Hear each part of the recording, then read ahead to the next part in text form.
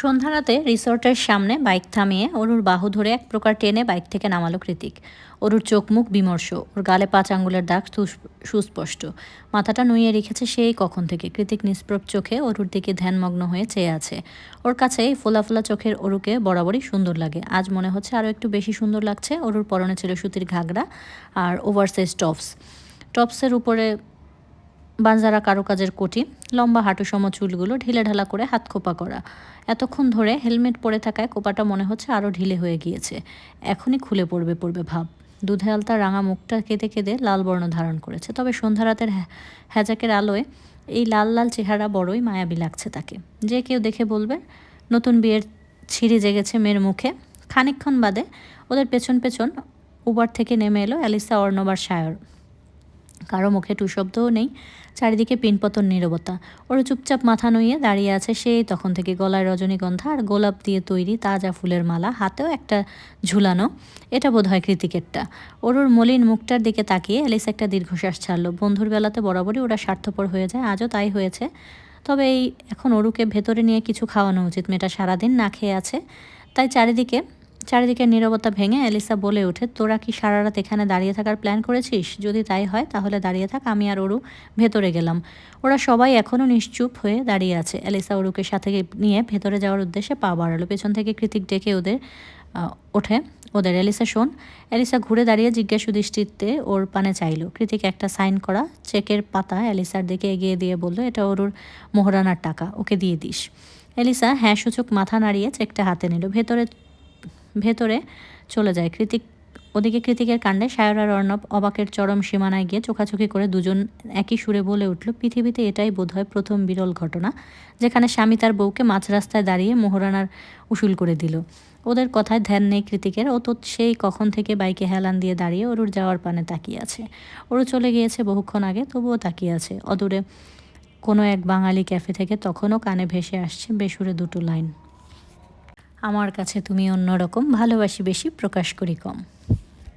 Highway রাস্তায় অদূর থেকে ভেসে আসছে দু একখানা কারভার ভ্যানের সাই আওয়াজ। রাস্তার দুপাশে স্থির মূর্তি হয়ে দাঁড়িয়ে থাকা সরাসরি সারি সারি বৈদ্যুতিক খুঁটির মাথায় বসেছে জোড়ায় জোড়ায় বন্য পাখিদের ঝাঁক। একের পর এক বন্য পাখিদের চোখের আড়াল করে নিভু নিভু ভোরে ফাঁকা রাস্তার মাঝ দিয়ে আপন গতিতে এগিয়ে যাচ্ছে কৃতিকের 4 চাকা ব্ল্যাক মার্সিডিজ। গন্তব্য সান ফ্রান্সিসকো ছাড়িয়ে নিজের নির্জন ছোট্ট বাড়িটা।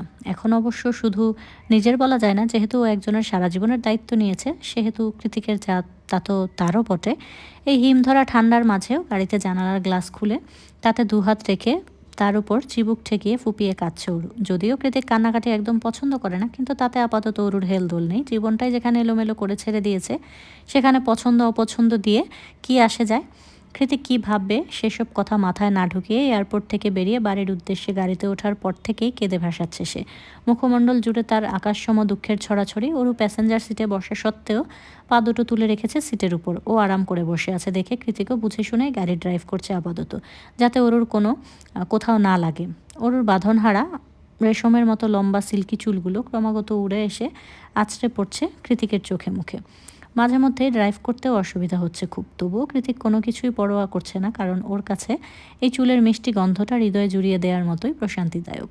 দরকার পড়লে 1 ঘন্টার রাস্তা 2 ঘন্টায় অতিক্রম করবে, তবুও নিজের শরীর থেকে ওর চুল সরাবে না। কিন্তু ওরও তো সেই ভোর রাত থেকেই বাইরে মুখ দিয়ে বসে আছে। বাইরের হিমধরা পুরো ঠান্ডাটা ওর চোখ মুখে এসে হামলে পড়ছে। এরকম ঠান্ডার মধ্যে বাইরে মুখ দিয়ে আরও কিছুক্ষণ বসে থাকলে বাড়িতে যেতে যেতেই ওর নিউমোনিয়া হয়ে যাবে নিশ্চিত। তাই কৃতিক এবার এক হাতে ড্রাইভ করতে করতে অন্য হাত দিয়ে জানালার কাজটা তুলে দিল। জানালার কাজ টেনে দেওয়াতে একটু পিছিয়ে বসেছে অরু, তবুও কান্না থামায়নি। চোখ দিয়ে তার এখনও গঙ্গা যমুনা বয়ে যাচ্ছে। অরুকে এখনও কাঁদতে দেখে সামনে ফোকাস করে বিরক্ত ভঙ্গিতে কথা ছাড়ে কৃতিক, কাঁদছিস কেন এভাবে? মেরেছি তোকে? কৃতিকের কথার পেছনে ওর মৌনতা পালন করে শুধু মনে মনে বলল, এর থেকে মারলে বেশি ভালো হতো। একটা প্রশ্নের উত্তর দিতে গিয়ে সেই কখন থেকে চুপ হয়ে আছে ওরু। আদৌ উত্তর দেবে বলেও মনে হচ্ছে না। গতকাল থেকেই মুখে কুলু পেটে বসে আছে মেয়েটা। কৃতিক জানে কাকে কিভাবে কথা বলাতে হয়, তাই ও খানিকটা কৌশলী পন্থা অবলম্বন করলো। হুট করে মাঝ রাস্তায় গাড়ির ব্রেক কষলো। এভাবে গাড়ির ইঞ্জিন বন্ধ হয়ে যাওয়াতে ওরু হকচকিয়ে বাইরে তাকিয়ে বলল, এসে গেছি। কথাটা বলে বাইরে তাকিয়ে সেই দেখলো এটা তো মাঝ রাস্তা। তৎক্ষণাৎ ঘাড় ঘুরিয়ে কৃতিকের পানে প্রশ্নসূচক দৃষ্টি নিক্ষেপ করে অরু। ওর চাহনিতে পাত্তা না দিয়ে গাড়ির ড্রয়ার থেকে একটা রূপোর নূপুর বের করে সেটাকে চোখের সামনে ধরে কৃতিক শুধালো, এটা তোর? কৃতিকের প্রশ্নে অরু হ্যাঁ সূচক মাথা নাড়ায়। চাই এটা? এবারও অরু উপর নিচ মাথা নাড়িয়ে হ্যাঁ বলল। তাহলে গাড়ি থেকে নাম। কৃতিকের শেষবারের কথায় অরু চোখ কপালে তুলে বলল, নামবো মানে? এই অচেনা রাস্তায় আপনি আমায় নামিয়ে দিয়ে যাবেন? ইডিয়েট বলে কথাটা বলেই কৃতিক নিজেই গাড়ি থেকে নেমে গেল। অরু কৃতিকের যাওয়ার পানে চোখ রেখে বুঝলো এটা একটা পেট্রোল পাম্প, তার পাশেই ছোটোখাটো একটা মার্ট, হয়তো প্রয়োজনীয় কিছু কিনতে গিয়েছে। খানিকক্ষণ বাদে একটা মিনারেল ওয়াটারের বোতল হাতে নিয়ে ফিরে এলো কৃতিক। অতঃপর গাড়িতে বসে সেটা অরুর দিকে এগিয়ে দিয়ে বলল, বাইরে গিয়ে চোখ মুখ ধুয়ে আয়, তোকে পেতনির মতো দেখাচ্ছে, আমি রীতিমতো ভয় পাচ্ছি। কৃতিকের কথাটা অরুর মোটেই পছন্দ হলো না। এই মুহূর্তে চোখে মুখে আদতে একটু পানি ছিটানো প্রয়োজন, তাই গাইগুই না করে লম্বা চুলগুলো হাত খোপা করে গাড়ি থেকে বেরিয়ে গেল অরু। চোখে মুখে ইচ্ছে মতো পানি ঝাপটা দিয়ে নাক টেনে নিজেকে একটু স্বাভাবিক বানিয়ে পুনরায় গাড়িতে ফিরে এলো। অরু গাড়িতে বসতেই ওর দিকে টিস্যু এগিয়ে দিল কৃতিক। অরু টিস্যু দিয়ে মুখ মুছতে মুছতে বলল, এবার তো দিন, নূপুরটা আমার ছোটোবেলার স্মৃতি। নূপুরটা নিয়ে যাওয়া কি খুব দরকার? পরে নিলে হয় না? কৃতিকের কথায় ওরও আচমকা দৃষ্টিপাত করলো চোখের দিকে। মনে মনে বলল, আশ্চর্য, আমার নূপুর দিয়ে ওনার কাজটা কি? ওরুর ভাবনার ছেদ ঘটিয়ে একটানে ওর পা দুটো নিজের উরুর উপর তুলে নিল কৃতিক। এভাবে পা তুলে ফেলার পেছনে ঝুঁকে গেল ওরু। পুরো গাড়ি জুড়ে তখনও পিনপতন নীরবতা বিরাজমান, যার দরুন ওরুর তীব্র শ্বাস প্রশ্বাস আর হঠাৎ বেড়ে যাওয়া হৃদস্পন্দন আওয়াজ স্পষ্ট শুনতে পাচ্ছে কৃতিক। ওরুর এহেন পরিস্থিতিকে গ্রাহ্য না করে আলতো হাতে ওর পায়ে নূপুর পরানো শুরু করে সে। নিজ পায়ে কৃতিকের হাতের নরম স্পর্শ অনুভব হতেই ঠোঁট কামড়ে ফুপিয়ে কেঁদে ওঠে অরু। নিজের এলোমেলো অজানা অনুভূতিতে বিরক্ত, যা সম্ভব নয় তাই সম্ভব করে ছেড়েছে কৃতিক। কিন্তু অরুকেই কেন বলির পাঠা বানিয়ে এরকম একটা অস্বাভাবিক সম্পর্কে জড়ালো সে? কেন অরুর সাথে সাথে নিজের জীবনটাও অগ্রহণযোগ্য সম্পর্কের মাঝে ঠেলে দিল? কি চাইছে কৃতিক? এভাবে অরুর জীবনটা নষ্ট করে কোন ভুলের শোধ নিল সে? একটা দুটো নয়, অরুর মনে হাজার দানা বাঁধা প্রশ্নের ছড়াছড়ি। কিন্তু কে দেবে এত প্রশ্নের উত্তর? কৃতিক তো উত্তর দেওয়ার মতো ছেলে নয়, অরুর প্রশ্নের তো মোটেই নয়। অথচ এখন এই মুহূর্তে কি সুন্দর করে মনোযোগ দিয়ে অরুর পায়ে নূপুর পড়াচ্ছে। দেখে মনে হচ্ছে এর চেয়ে প্রয়োজনীয় আর সূক্ষ্ম কাজ কোনো দিন করেনি কৃতিক। অরু তখন থেকে হিজিবিজি চিন্তায় বিভোর হয়ে আছে, চারিপাশে ওর খেয়াল নেই মোটেই। কৃতিক নিজের হাতের কাজটা শেষ করে এক পলক ভাবুক অরুর দিকে তাকালো। অতঃপর নিজের হাতের বাঁধনটা আরও শক্ত করে ওর পায়ে হ্যাচকা টান মেরে অরুকে নিজের কাছাকাছি টেনে নিয়ে এলো। আচমকা পায়ে টান দেওয়াতে সুতির ঘাগরাটা অনেকটা উপরে উঠে গিয়েছে। মোমের মতো সুন্দর পা দুটো দৃশ্যমান হয়ে উঠেছে কৃতিকের চোখের সামনে। কৃতিক শুষ্ক ঢোক গিলে সেদিকে একবার পরখ করে চোখ ঘুরিয়ে অরুর অশ্রুসিক্ত নয়নে চোখ রাখলো। তারপর আরেকটু কাছে এগিয়ে গিয়ে নিজের বৃদ্ধাঙ্গুলি দিয়ে ওর চোখের জলটুকু মুছিয়ে দিতে দিতে মাদকতায় নিবিষ্ট চাহনি নিক্ষেপ করে দুঠোঁট নাড়িয়ে হ্যাসকি স্বরে বলল, বউ। কৃতিক খুব আস্তে করে শব্দটা উচ্চারণ করলেও অরুর কানে সেটা স্পষ্টভাবে পৌঁছেছে। কথাটা শোনামাত্রই অজানা শিহরণে শরীর ছেয়ে গেল অরুর। কাটা দিয়ে উঠল শরীরের প্রত্যেকটা লোমকূপে। অজান্তেই তলপেটের মাঝে ডানাবাদ ঝাপটাতে শুরু করে দিল অসংখ্য প্রজাপতির দল। ইস, কি অস্বস্তিদায়ক অনুভূতি! অরুর কেমন কেমন লাগছে। গলাটা শুকিয়ে কাঠ হয়ে গিয়েছে মুহূর্তেই। কৃতিক এখনও একইভাবে তাকিয়ে আছে। অরু আমতা আমতা স্বরে বলে উঠল, আপনি পানি পান, আমি পানি খাবো।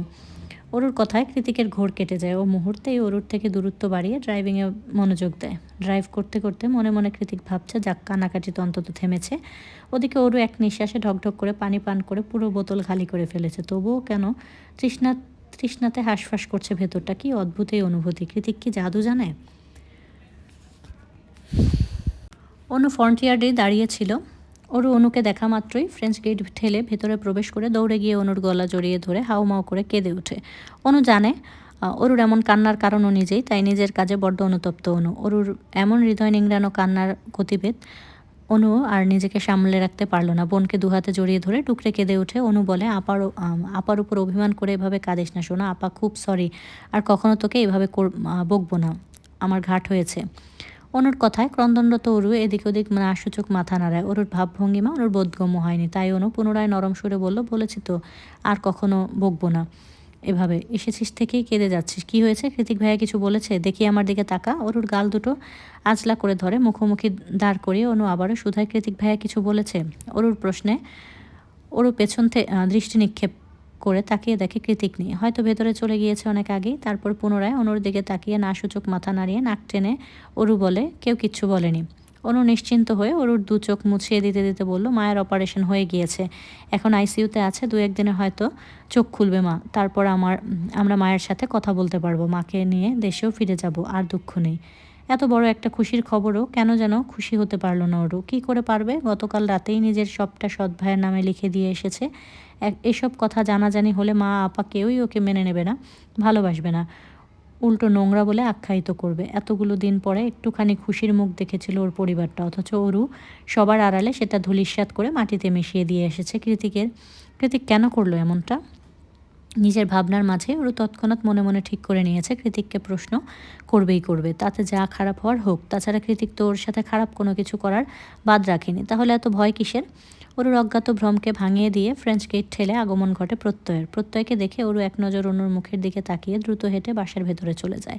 ওরু চলে গেলে অনু নিজেও পা বাড়ায় ভেতরে যাওয়ার উদ্দেশ্যে। এই মুহূর্তে প্রত্যয়ের সাথে কথা বলা তো দূরে থাক, ওর মুখটাও দেখতে ইচ্ছে করছে না অনুর। কিন্তু পেছনে ঘুরে কয়েক কদম পা বাড়াতেই প্রত্যয়কে টেনে ব্যাকইয়ার্ডে নিয়ে দেয়ালের সাথে চেপে ধরে। প্রত্যয়ের এমন কাণ্ডে অনু রেগে মেগে ঝাঁঝিয়ে উঠে বলে, কি অসভ্যতা শুরু করেছেন, বাড়িতে কৃতিক ভাই আছে। প্রত্যয়ের মুখটা শক্ত হাতে চেপে ধরে বলল, ওই জন্যই তো বলছি আস্তে কথা বলো। অনু ওর হাতটা ঝাটকা মেরে সরিয়ে দিয়ে বলল, কি চাই আপনার? আমাকে ইউজ করে স্বাদ মেটেনি, নাকি তিন্নির সাথে আজ দেখা হয়নি তাই রিপ্লেসমেন্ট হিসেবে আমার কাছে এসেছেন? প্রত্যয় চটে আছে খুব, মেয়েটার তেজের সাথে কিছুতেই পেরে উঠল না সে। কিন্তু এই মুহূর্তে অনুর ব্লেডের মতো ধারালো কথার আঘাতে রক্তাক্ত হয়ে যাচ্ছে হৃদয়টা, সেই সাথে মস্তিষ্ক হয়ে উঠেছে হিতাহিত জ্ঞান শূন্য। প্রত্যয় নিজেকে সামলে রাখতে না পেরে চড়াত করে তুঙ্গে উঠে যাওয়া মেজাজটা বহিঃপ্রকাশ ঘটালো তৎক্ষণাৎ। অনুর হাত দুটো মাথার উপরে তুলে দেয়ালের সাথে চেপে ধরে ওর গলার কাছে মুখ দিয়ে দাঁতে দাঁত চেপে প্রত্যয় বলে, কথা না শুনলে জানে মেরে ফেলবো। গত 2 দিন ধরে কুকুরের মতো পিছনে পড়ে আছি, কিছু একটা এক্সপ্লেইন করতে যাচ্ছি, একবারও সুযোগ দিয়েছো আমায়? এত তেজ কেন তোমার? প্রত্যয় এই প্রথমবার অনুকে তুমি করে অধিকার খাটিয়ে কথা বলল। প্রত্যয়ের মুখে তুমি আওয়াজটা যে এতটা সুমধুর তা অজানাই ছিল অনুর। প্রত্যয়ের মুখে তুমি শুনে হতবাক হয়ে ওর চশমার আড়ালে ধূসর চোখ জোড়ার দিকে বিনা বাক্যে তাকিয়ে আছে অনু। একটুখানি থেমে প্রত্যয় পুনরায় কঠিন সুরে বলল, আর কি যেন বললে? ইউজ করা কাকে বলে সেটা কি আদৌ বোঝো তুমি, নাকি না বুঝেই যাকে তাকে গিয়ে এসব বলো? অনু এবার পুরোপুরি নিশ্চুপ ও ধ্যানমগ্ন হয়ে চেয়ে আছে প্রত্যয়ের চোখে। অনু এবারও পুরোপুরি নিশ্চুপ ও ধ্যানমগ্ন হয়ে চেয়ে আছে প্রত্যয়ের চোখে। অনুকে তখন থেকে এইভাবে তা অবাক নয়নে চেয়ে থাকতে দেখে রাগী আওয়াজটা মুহূর্তে নিচু হয়ে গেল প্রত্যয়ের। চোখ দুটোতে হিংস্রতার জ্বলন্ত আঙ্গার দপ করে নিভে গিয়ে তাতে জড়ো হলো একরাশ মুগ্ধতা। এলোমেলো অনুভূতিগুলো উথাল পাতাল ঢেউ তুলে আছড়ে পড়ছে মনের তটে। অনু এতটা কাছে দাঁড়িয়ে আছে, এতটা কাছে যে ওর তপ্ত নিঃশ্বাসগুলো প্রত্যয়ের মুখমণ্ডলে ছড়িয়ে পড়ছে বারবার। এবার আর কোনো কথা নয়। অনুর নিপ্রভ চোখে এক পলক চোখ রেখে প্রত্যয় নিজের খেই হারিয়ে ফেললো। মুহূর্তে নিজের ওষ্ঠাগত করে নিল অনুর তিরতির করে কাঁপতে থাকা অধর যুগল। অনুর ঠোঁটের ছোঁয়ায় হঠাৎ করেই যেন উন্মাদনা ছড়িয়ে পড়লো প্রত্যয়ের শরীরের রন্ধে রন্ধে। অনুর দিক থেকে কোনোরূপ বাধা না আসাতে পরম আবেশে চোখ দুটো বন্ধ হয়ে গেল আপনা আপনি। এদিকে প্রত্যয়ের নরম ঠোঁটের স্পর্শে অনুর যান যায় অবস্থা। খানিকক্ষণ চোখ বন্ধ রেখে স্থির হয়ে দাঁড়িয়ে থাকলেও পরক্ষণে দুহাত দিয়ে প্রত্যয়কে ঠেলে সরিয়ে দিয়ে তড়িৎ গতিতে মুখ ঘুরিয়ে অন্যদিকে তাকালো অনুর ধাক্কায় প্রত্যয় নিজের সম্বিত ফিরে পেয়ে নিজের কর্মকাণ্ডের জন্য লজ্জিত হয়ে নরম সুরে বলল, আই এম সরি। অনু ওকে মাঝপথে থামিয়ে দিয়ে না ঘুরেই জবাব দিল, সরি বলতে হবে না, আপনি যান এখন। আমি তোমার সাথে কথা বলতে চাই অনু, একান্তে আমায় কি একটুখানি সময় দেওয়া যায় না? অনু এবার ঘুরে দাঁড়িয়ে প্রত্যয়ের মুখোমুখি হয়ে শুধালো, প্রত্যয় সাহেব আপনি শুধু আমার, তাই তো? প্রত্যয় সেদিনের মতোই কণ্ঠে দৃঢ়তা টেনে বলল, 100%। আগামীকাল বিকেলে সি বিচে অপেক্ষা করব। অনুর এইটুকু আশকারা পেয়ে প্রত্যয় যেন চাঁদ হাতে পেয়েছে। খুশির ঝিলিক ফুটে উঠেছে ওর চোখে মুখে। প্রত্যয়কে এভাবে নিঃশব্দে ঠোঁট কামড়ে হাসতে দেখে অনু ভেতরে যেতে যেতে ঘাড় ঘুরিয়ে আবারও পেছনে তাকিয়ে বলল, আর হে, বাবল টি আনতে ভুলবেন না যেন। প্রত্যয়ের নরম হাসি এতক্ষণে পুরো ঠোঁট জুড়ে প্রসারিত হলো। ও পেছন থেকে হাত পেরে বলল, যথা আজ্ঞা মহারানী। মাঝরাতে ফেরি লাইটের নিভু নিভু আলো আর সুইমিং পুলের নীলচে পানের কলকলানি মিলেমিশে পুরো ছাদ বারান্দা জুড়ে ম্যাজিক্যাল আলো ছায়া তৈরি করেছে। মাথার উপর খোলা আকাশ, আকাশের উপর থালার মতো মস্ত বড় চাঁদ উঠেছে। কখনো কখনো সেই চাঁদ ঢেকে যাচ্ছে পেঁজা তুলোর মতো উড়ো মেঘে, আবার কখনো তির্যক রূপলি আলো ছড়াচ্ছে পুরো ভবন জুড়ে। চাঁদের দিকে নিকোটিনের ধোঁয়া ছাড়তে ছাড়তে সেটাই তখন থেকে বেশ আগ্রহ নিয়ে পরখ করছে কৃতিক। রাত প্রায় 2:35, তাও চোখের পাতায় ঘুম আসার নাম নেই। তাই তো রুম থেকে বেরিয়ে ছাদ বারান্দায় এসে সিগারেট ধরিয়েছে সে। সিগারেটের কুণ্ডলি পাকানো ধোয়ার সাথে সাথে উড়িয়ে দিচ্ছে নিজের মনে জমানো অজস্র অযাচিত ভাবনাগুলোকে। অবশ্য এখন আর ভেবে লাভটাই বা কি? ওরু তো সারা জীবনের জন্য ওরু নামটা ভাবতে যদি দেরি হলেও ওরুর সেখানে উপস্থিত ততটা দেরি হলো না। নিশুতি রাতে কারণ স্তব্ধ পায়ের আওয়াজ পেয়ে কৃতিক পেছনে ঘুরে দেখলো ওরু দাঁড়িয়ে আছে। পরনে খয়েরি রঙের সুতির চুড়িদার, লম্বা চুলগুলো দিয়ে টুপটাপ করে পানি ঝরছে, শরীর ভিজে যাচ্ছে, তাতেও হেলদোল নেই ওরুর। চোখে মুখে চরম বিষণ্ণতা ছাপ স্পষ্ট। হাত পায়ের ফর্সা ত্বকগুলো ফ্যাকাশে হয়ে কুঁচকে আছে, মনে হচ্ছে অনেকক্ষণ ধরে পানিতে ভিজেছে। ওরুর এমন উদ্ভ্রান্তের মতো মুখশ্রী দেখে কৃতিক ভ্রু কুঁচকে শুধালো, এত রাতে শাওয়ার কেন নিয়েছিস, কী প্রয়োজনে? ওরও জবাব দেয় না, চুপচাপ গিয়ে দাঁড়ায় কৃতিকের মুখোমুখি হয়ে। কৃতিকের পরনে কালো হুডি আর ওভারসাইজ ডেনিম। ওরও নিপ্রুপ চোখে কৃতিকের কালো কুচকুচে হুডিটার দিকে চেয়ে আছে চুপচাপ। ওর কর্মকাণ্ড দেখে কৃতিক বিরক্ত ভঙ্গিতে বলল, এত রাতে না ঘুমিয়ে এখানে কি, আমার সাথে ঘুমাবি? ঘুমালে চল, আমিও একটু আরাম করে ঘুমাই। কৃতিকের কথা শেষ হওয়ার সঙ্গে সঙ্গে দু হাত দিয়ে ওর পেশিবহুল বুকের উপর ধাক্কা দিয়ে ওরও কাঁদতে কাঁদতে বলল, কেন করলেন এটা? কী দোষ করেছি আমি? কোন দোষের শাস্তি স্বরূপ আমার জীবনটা এভাবে তছনছ করে দিলেন আপনি? বলুন কেন, কি হলো বলুন। এবার একবার, দুবার, তিনবার, যতবার কৃতিকের বুকের উপর ওরু ধাক্কা দিতে যাবে তখনই ওর দুহাত শক্ত করে চেপে ধরে কৃতিক। চেহারায় গম্ভীর্য টেনে এনে কঠিন সুরে বলে, যা করেছি খুব ভেবে চিনতে ঠান্ডা মাথায় করেছি। এবার এটা যত তাড়াতাড়ি মেনে নিবি ততই তোর জন্য মঙ্গল। কৃতিকের কথায় ওরু ঝাঁঝিয়ে উঠে বলল, আপনি কি পাগল? আপনার বাবা জামশেদ জাহান চৌধুরী আমার মায়ের প্রয়াত স্বামী। সে হিসেবে আপনি আমার ভাই, সৎ ভাই। কীভাবে ভুলে গেলেন এটা? ওর কথাটা উচ্চারণ করার সঙ্গে সঙ্গে কৃতিক টান মেরে এক হাতে ওর কোমর জড়িয়ে ধরে অন্য হাতে শক্ত করে ওর গাল দুটো চেপে ধরে বলল, খবরদার নিজেকে আমার বোন বলবি না, একদম মেরে ফেলবো। তুই আমার বিয়ে করা বউ, তোর সব কিছু আমার, তোর পায়ের নখ থেকে মাথার চুল পর্যন্ত everything is belongs to me. তীব্র রাগে কাঁপতে কাঁপতে কথাটুকু শেষ করে ওরুকে ধাক্কা মেরে সরিয়ে দেয় কৃতিক। কৃতিক ছাড়তেই ওরু কাঁদতে কাঁদতে মেঝেতে বসে পড়ে। অতঃপর হেঁচকি তুলে অস্পষ্ট সুরে বলে, সমাজ কোনোদিনও এই বিয়েকে স্বীকৃতি দেবে না, উল্টো আমাকে নোংরা বলে ধিক্কার দেবে, তখন নিশ্চয়ই খুশি হবেন আপনি। কৃতিক হাঁটু গেড়ে ওর মুখোমুখি হয়ে বসে বলল, আমি সমাজ মানি না, আর যে সমাজ আমার বউয়ের দিকে আঙ্গুল তুলে কথা বলবে আমি সেই সমাজই ধ্বংস করে দেব। আই রিপিট, ধ্বংস করে দেব। কৃতিকের কথা শুনে ওর চোখে চোখ রাখলো ওরু। চোখ তো নয়, যেন জ্বলন্ত আগ্নেয়গিরি দাবানল। সে তাকাবে, যে তাকাবে সেই ভস্য হয়ে যাবে। অথচ ফর্সা পুরুষালী তীক্ষ্ণ চোয়াল জোড়া মুখশ্রীটা কতটাই না সুদর্শন। এক মুহূর্তের জন্য ওরুর মনে হলো এই অসম্ভব সুদর্শন মানুষটা ওর স্বামী। হুট করে কেমন কৃতিকের জন্য অন্য নজরে আবিষ্কার করছে ওরু। কয়েক মুহূর্তের জন্য নিজেকে বসিয়ে দিল কৃতিকের বাম পাশে তার পত্নী রূপে। পরবর্তীতে অন্য মনটা লাফিয়ে উঠে বলল, না না, এটা কি করে সম্ভব? এমন একটা রাগী বদমেজাজে বেপরোয়া লোকের সাথে সারা জীবন কাটানো অসম্ভব। কারণ আর যাই হোক, সারা জীবন কৃতিকের হাতে মার খাওয়ার কোনো ইচ্ছে ওরুর নেই। কি হলো? হঠাৎ করে কৃতিকের কথায় ধ্যান ভাঙে ওরুর। বেরিয়ে আসে নিজের দিবাস্বপ্ন থেকে। ছোট্ট করে জবাব দেয়, কিছু না। কৃতিক ওর ভেজা চুলে হাত বুলিয়ে দিয়ে আশ্বস্ত করে পুনরায় বলে, অনেক রাত হয়েছে, ঘুমিয়ে পড়। চিন্তা নেই, পুরো দুনিয়া আমি দু হাতে সামলে নেব। তোর গায়ে কলঙ্কের আঁচও আসতে দেব না। এইটুকু ভরসা রাখতেই পারিস হার্টবিট। কৃতিকের শেষ কথাতে ওরও চকিতে মাথা তুলে বলল, কি বলেছে তুই আমার হার্টবিট? ওরও কিছু বলবে তার আগেই ওর দিকে চোখ পাকিয়ে কৃতিক বলল, আর একটা প্রশ্ন করবে তাহলে মার খাবি। অপারগ গরু আর কী বা করবে? মারের ভয়ে চুপচাপ পা বাড়ায় নিজের জন্য বরাদ্দকৃত রুমের দিকে। কৃতিক গরুর যাওয়ার পানে তাকিয়ে দ্বিতীয়বার বিড়বিড়িয়ে বলল, হার্টবিট। ভার্সিটিতে এখানকার শিক্ষার্থীরা বইয়ের পাতায় নয়, হাতে কলমে কিংবা পর্যবেক্ষণ করে অনেক কিছু শেখে। সারা বছর তাদের ক্লাসরুমের বাইরে অনেক কার্যক্রম থাকে। ওরও বিগত কয়েক মাসে অনেক কিছুই শিখেছে, অনেক কিছু লক্ষ্য করেছে, ভালো মন্দ দুটোই। আমেরিকার সংস্কৃতির মধ্যে এমন অনেক কিছুই আছে যা শুনলে বা দেখলে গা ঘিন ঘিন করে ওঠে। তার মধ্যে নিখিল ভাইয়ের রিলেশনশিপ অন্যতম। এখনও কৃতিকের বলা কথাগুলো মনে পড়লে নাক শিকয়ে উঠে যায় ওরুর। ভার্সিটি গেট পেরিয়ে নরম সবুজ ঘাসগুলো পায়ে মারাতে মারাতে হিবিজিবি ভাবনায় বিভোর হয়ে আছে ওর পরনে চিকেন কারির সফেদ রঙের লং কুর্তি আর লেগিংস। কুর্তির উপরে এঁটে আছে লেডিস ডেনিম জ্যাকেট। লম্বা চুলগুলো পনিটেল করে গার্ডার দিয়ে বাঁধা। ধীর গতিতে হাঁটার জন্য মাথাটা উঁচু হয়ে আছে সেই কখন থেকে। ওই জন্যই তো সায়নী যে সেই কখন থেকে ওর সাথে হাঁটছে, ওর তাতে হদিস নেই। এতক্ষণ ধরে পাশে পাশে হাঁটার পরেও মেয়েটা একবার মাথা তুলে তাকালো না অবধি। কী এমন ভাবছেও? মনে মনে বিরক্ত হয়ে সোজা গিয়ে ওর সামনে দাঁড়িয়ে খানিকটা গাল ফুলিয়ে সায়নী জানালো, কী এমন ভাবছো বলো তো? সেই তখন থেকে তোমার সাথে সাথে হাঁটছি, খেয়ালই করছো না? ওরও চট করে ভ্রম থেকে বেরিয়ে মাথা তুলে বলল, আরে সায়নী যে কেমন আছো বলো? এতক্ষণে জিজ্ঞেস করার সময় হলো? আই এম সরি, একটু বেখেয়ালি ছিলাম। সায়নী এবার বুঝতে পারার মতো করে হ্যাঁ সূচক মাথা দুলিয়ে বলল, ইটস ওকে। কিন্তু তুমি এতদিন কই ছিলে? কতদিন ক্যাম্পাসে আসো না বলো তো? সায়নের কথায় অরুর মনে পড়ে যায় সেই নিখিল ভাইয়ের সত্যি জানার পর থেকেই আর ভার্সিটি গেট মারায়নি ও তারপর আর কত কী না হয়ে গেল জীবনে, এখন এলোমেলো। আবার কি ভাবতে বসলো। অরু না সূচক মাথা নাড়িয়ে ছোট্ট করে বলল, কিছু না। সায়নী এবার হাসির দ্বারা ঠোঁট প্রসারিত করে বলল, এই অরু, জেকে স্যারের কী খবর? অরু ঠোঁট উল্টে বলল, ওনার কথা আমি কি করে জানবো? ওনাকে গিয়েই বরং জিজ্ঞেস করো।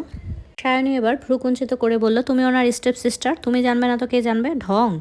সায়নের কথায় অরু কিঞ্চিত ঠোঁট বাঁকিয়ে হাসলো। পরক্ষণে সায়নী আবারও শুধালো, বলো না একটু, এতদিন স্যার ভার্সিটিতে কেন আসেনি? আমি যতদূর জানি উনি ব্যাংকক গিয়েছিলেন। অরুর উত্তর শুনে সায়নী বেশ খুশি হয়ে যায়। খুশি হয়ে অরুর হাত জড়িয়ে ধরে বলল, এই না হলে আমার ননদিনী, তুমি জানো জেকে স্যারকে আমি অনেক পছন্দ করি, কিন্তু বলার সাহস হয়ে ওঠে না। শুনেছি ব্যক্তিগত জীবনে উনি অনেক বেশি রাগী, আসলে কি তাই? সায়নের কথার বিপরীতে ওরও কিছু বলতে যাবে তার আগেই ওর চোখ আটকে যায় ক্যাম্পাসের অন্য পাশে পুল সাইডে কিছু মানুষের ভিড়ের মাঝে। সেখানে নিখিল ভাই উপস্থিত। তারা সবাই কোনো একটা কিছু নিয়ে বেশ উল্লাসে মেতে আছে, কিন্তু কী নিয়ে?